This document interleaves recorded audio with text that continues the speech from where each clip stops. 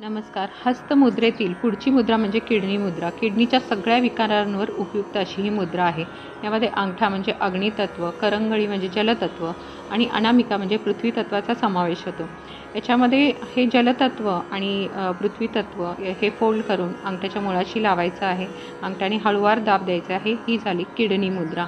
ही मुद्रा किडनीच्या सगळ्या प्रॉब्लेम्सवर फार उपयुक्त आहे.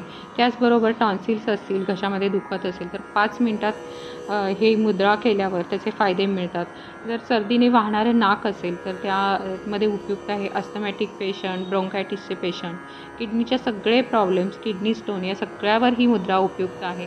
40 ते 45 मिनिटं दिवसभरात कधीही करू शकता. तर नक्की करून पहा.